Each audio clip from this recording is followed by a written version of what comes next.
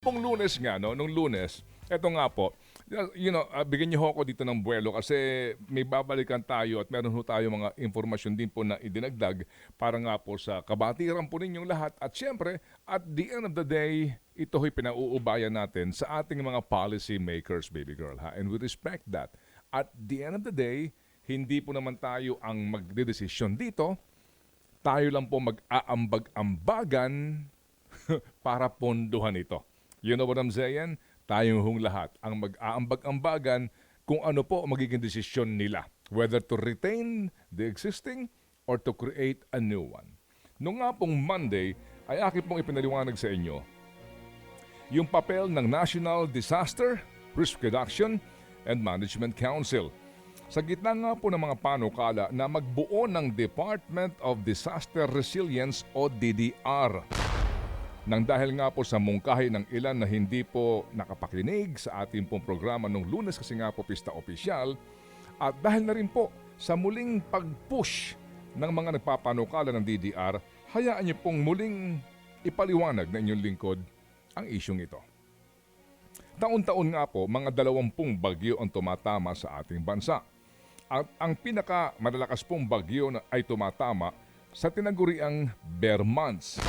Yan nga po ay Setyembre hanggang Disyembre. Nadyan din po ang panahon ng habagat na nagdadala ng matinding mga pagbabaha at pagguho ng lupa. At manaka-naka din po naman tayong niyayanig ng malalakas na mga paglindol at maging pagputok ng mga bulkan. At nandyan din siyempre ang tinaguriang mga man-made disasters and tragedies. Halimbawa, ang paglubog ng mga barko dahil sa kababayaan, pagguho ng lupa dahil sa irresponsableng pagmimina, pagguho ng gusali dahil nga sa mga substandard na konstruksyon, at pananakop ng ilang pong mga tao gaya ng mga terorista na nangyari nga po sa Marawi. Ang mga ito nga po ang nagtutulak ngayon sa ilang mga senador at kongresista na magtatag ng Department of Disaster Resilience o DDR. Ulitin ko lang po ang sinabi ko noong Lunes. Talaga bang kailangan natin ng DDR o kulang lang na naman sa tamang implementasyon ng kasalukuyan pong umiiral na batas para sa Disaster Risk Reduction and Management System? Tayo po'y humugot ng kaisipan sa pahayag ni Congressman Joey Salceda. Ito po'y nanggaling din po naman na pitch kay DJ Chacha na ika niya, and I quote, "The point is disaster preparedness should no longer be relegated to the reaches of the bureaucracy. The head of disaster preparedness should be able to propose measures straight within the cabinet and towards the president." At dagdag pa niya, "The National Disaster Risk Reduction and Management Council is exactly what it sounds. A council merely ad hoc and coordinative in nature." End of quote. So please allow me to explain. Ang gustong mangyari po ng mga nagtutulak ng DDR ay, number 1, magkaroon ng pinuno na ang ranggo ay Cabinet Secretary na ika nga po ni Congressman Salceda ay makakadirekta sa gabinete at sa Pangulo po ng Pilipinas. Pangalawa, para magkaroon umano ng leadership and accountability sa panahon ng kalamidad. Pangatlo, para bumilis ang aksyon ng pamahalaan sa panahon ng pagtama ng kalamidad. Pang-apat, para laging maging handa ang mamamayan at lokal na pamahalaan bago pa tumama ang kalamidad. At maging mabilis ang pagbangon matapos tumama ang kalamidad. At para magkaroon ng National Disaster Risk Reduction and Management Research and Training Center. And so on and so forth. Well, with all due respect sa mga naghain po ng panukalang batas sa pagbubuo ng DDR, hindi ba't ang binabanggit nga ninyong mga provision ng DDR ay maliwanag na nga sa Republic Act No. 10121 o an act strengthening the Philippine Disaster Risk Reduction and Management System, providing for the National Disaster Risk Reduction and Management Framework And, very important, institutionalizing the National Disaster Risk Reduction and Management Plan. Ang naturang batas po ay naging epektibo noong Mayo ng 2010. Muli, with all due respect, kung ating pong pag-aaralang mabuti ang lahat ng probisyon ng RA 10121, maging ang implementing rules and regulations nito ay maliwanag. Katunayan, napakalawak ng puder at sakop ng NDRRMC. Number 1. Listen, baby girl. Kung nais lamang po ni Congressman Salceda na ang mamumuno ng DDR ay may direktang connect sa gabinete at sa Pangulo ng Pilipinas, ay wala nang tatalo sa NDRRMC. Bakit? At bakit? Bakit ika ninyo? Ang pinuno po ng NDRRMC ay Secretary of the Department of National Defense. Wala bang direktang linya ang kalihim ng tanggulang pambansa sa Pangulo? Ang sagot, obvious ba? Pangalawa, direktang linya sa gabinete. Hello? Ang mga vice chair ng NDRRMC ay secretaries ng DILG, DSWD, DOST, at NEDA. At ang bumubuo ng konseho ay lahat po ng mga lead government agencies gaya ng DOH, DENR, Department of Agriculture, DepEd, DOE, DPWH, DBM, DOTR, lahat. Pati nga po SSS, PhilHealth, GSIS, kasama. Pati Philippine Red Cross at maging private sector ay kasama. Ang gagandahan pa nga po dahil nga ang pinuno po ng NDRRMC ay Secretary of National Defense, hindi ka na kailangan pang lumayo dahil ikaw na mismo ang may direktang kontrol sa napaka-importanting assets ng gobyerno na kailangan sa panahon ng kalamidad. Eto, sino bang may pinakamaraming eroplano sa gobyerno, baby girl? Sino ang may pinakamaraming eroplano sa gobyerno? Di Philippine Air Force. Sino ba ang may pinakamaraming sasakyang pandagat? Di Philippine Navy. Sino ba ang mayroong engineering battalion? Sino ba ang may mga sophisticated communication equipment na napakahalaga kapag nagbaksakan ang linya ng komunikasyon? The Armed Forces of the Philippines.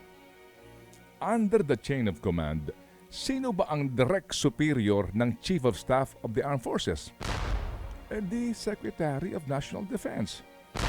Kaya nga po napakaganda ng disenyo ng Department of National Defense Secretary na ang siyang pinuno ng NDRRMC. At kapag kinakailangan mo pa ng additional resources, baby girl, kasama mo sa lupon ang DILG na siyang may hawak sa PMP. Di ba ang dami rin pong assets ng PMP? Napanood niyo ho kanina sa video natin sa ating balita. Yung mga bagong helicopter po ng PMP. At kasama din po sa lupon ang DOTR kung saan nasa ilalim po naman nila ang Philippine Coast Guard na ngayon po ang dami rin pong resources. At kapag pinag-uusapan natin ang equipment at mga tauhan na bihasa sa construction at heavy equipment, di DPWH, di ba? Kapag ba magbubuo ka ng DDR, ikaw ba'y bibili pa ng mga bagong gamit? Gaya ng eroplano, barko, heavy equipment? Hindi, di ba? Sharing pa din ang mangyayari. Tulong-tulong pa rin. Koordinasyon pa rin ang mangyayari. Kahit na may sekretary ng DDR. You will still have to share the resources of the government and coordinate. Bayanihan pa rin. You want more? Kailangan mo ng agarang tulong para sa kalusugan ng mamamayan? Di ba kasama mo rin ang DOH? Gusto mo ng agarang i-release ang budget na kailangan? di ba kasama din po ang DBM? Kailangan ba bang i-memorize yan? Huwag mong sabihin na hindi makikipagtulungan ang lahat ng ito kay Secretary Delfin Lorenzana. Pangatlo, kung ang sinasabi po ni Congressman Salceda na ang NDRRMC ay ad hoc lamang or when needed lang ba and purely coordinative in nature, I would like to respectfully disagree.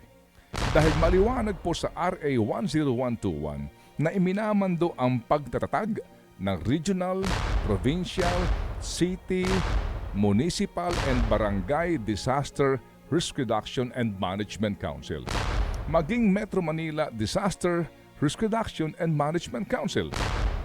Ang pagtatatag ng mga nabanggit na RDRRMCs hanggang sa Barangay Disaster Risk Reduction and Management Council ay nangangahulugan ng kaukulang paghahanda to the most basic component of our community.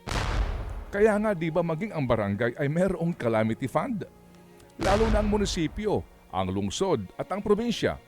In fairness po, makabuluhan ang RA 10121 na ito dahil magsisimula sa barangay ang training ng mga tauhan, ang procurement ng mga gamit para sa emergencies,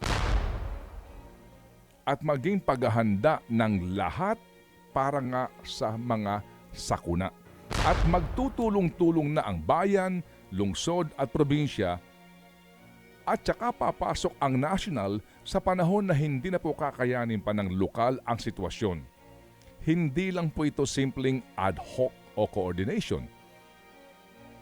At ito rin ho naman ang mangyayari at dapat na mangyari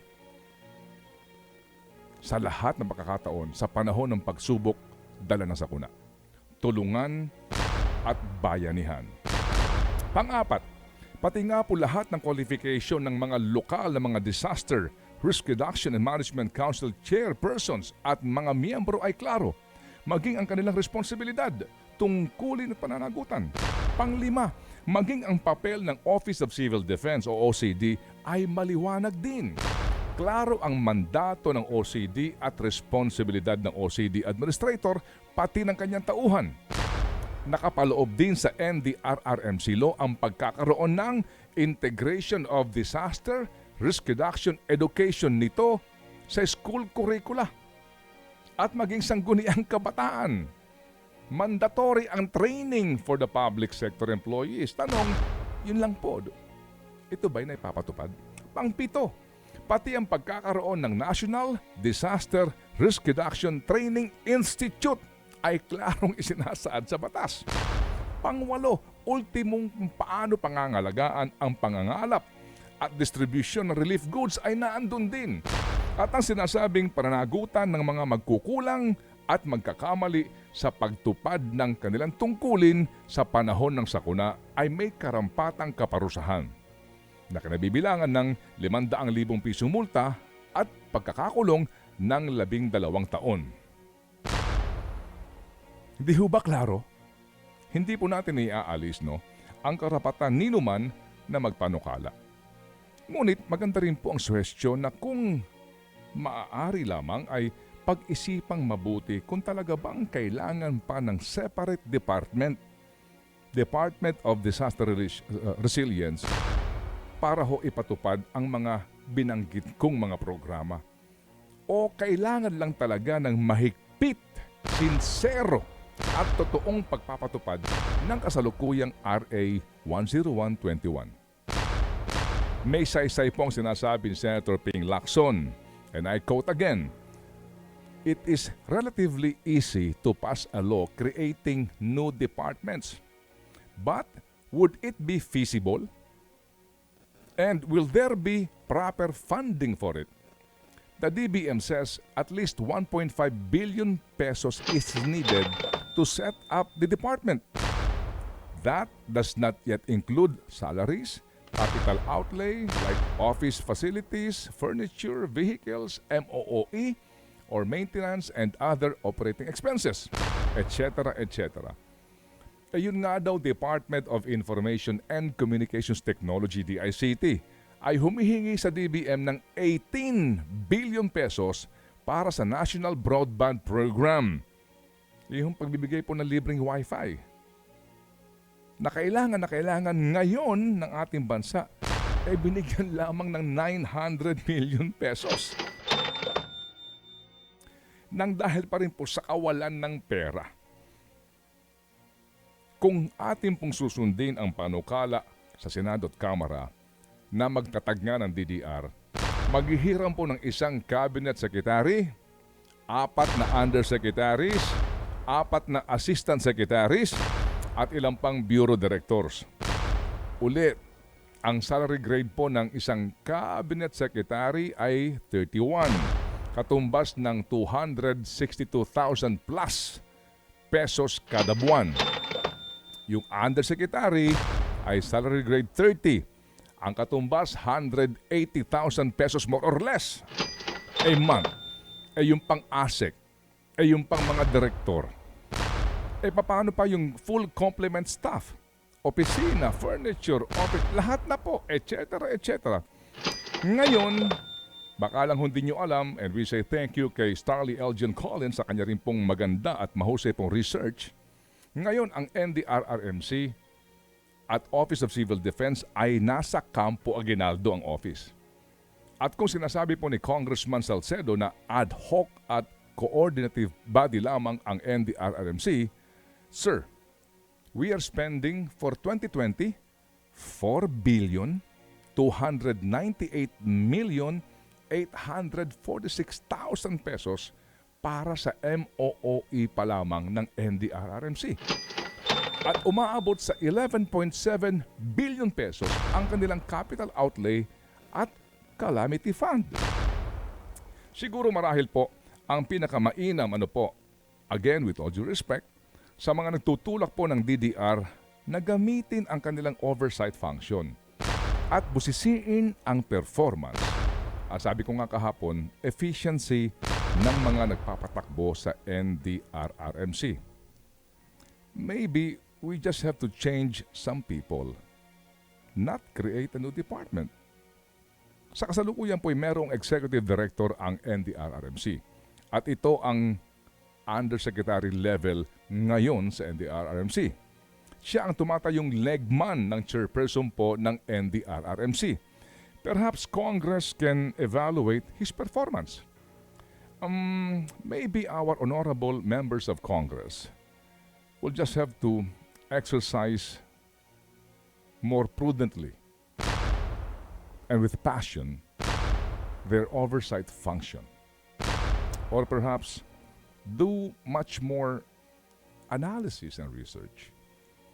But at the end of the day, whether it is a department or NDRRMC, whether he is a head of the department with a cabinet rank, or whether a cabinet coordinator, or an ASEC, or USEC, or executive director, sa panahon ng malaking sakuna, bago pa ito tumama, sa pagtama nito, pagkatapos ng sakuna, at sa ating pagbangon, kung ang tututok at mangunguna ay ang Pangulo ng Republika ng Pilipinas, walang duda, ang buong gobyerno at ang lahat ng kinauukulan, maging ang pribadong sektor, ay tiyak, mabilis, nagagalaw, at siguradong magtutulong-tulong.